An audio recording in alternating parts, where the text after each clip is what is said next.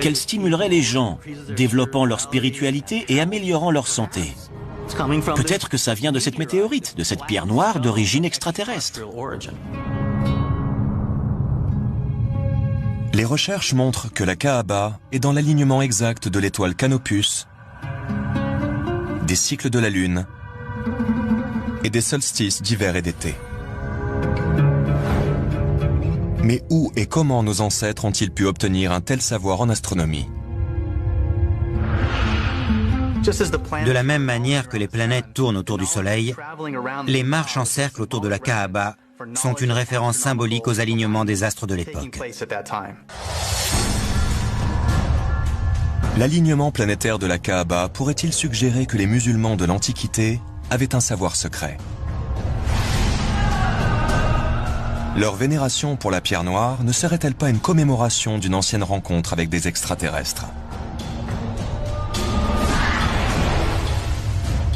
Pour les théoriciens des anciens astronautes, la réponse à ces questions ne fait aucun doute. C'est forcément oui. Eh bien, il y a un verset qui contient la Mecque.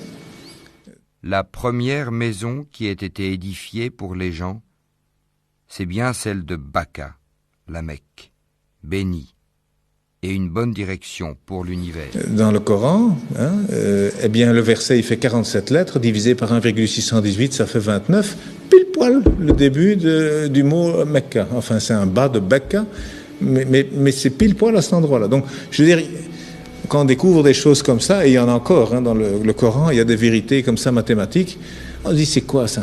Mais donc, le premier message, c'était, voilà, informez-vous.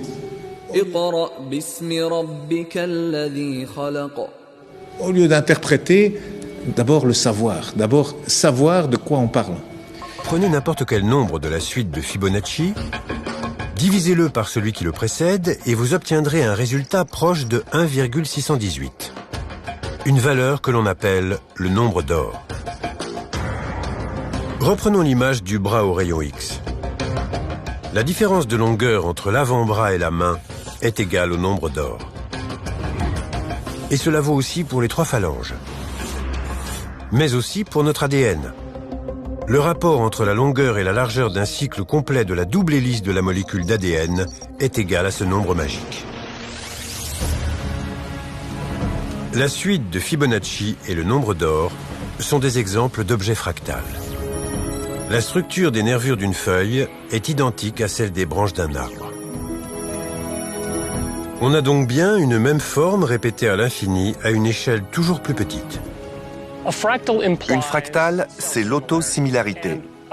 Un motif autosimilaire est un motif qui peut être reproduit et constaté à de multiples échelles d'observation.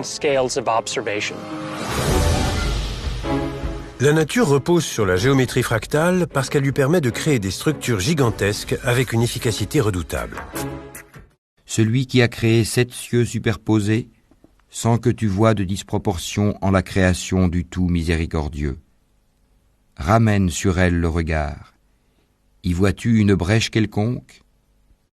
Puis retourne ton regard à 2 fois. Le regard te reviendra humilié et frustré.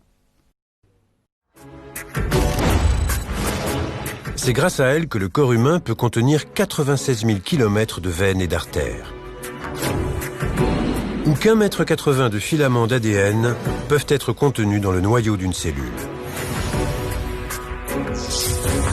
Si on mettait bout à bout la totalité de l'ADN d'un être humain, on obtiendrait une longueur de 6 400 000 km, soit une distance supérieure à celle qui nous sépare de Pluton.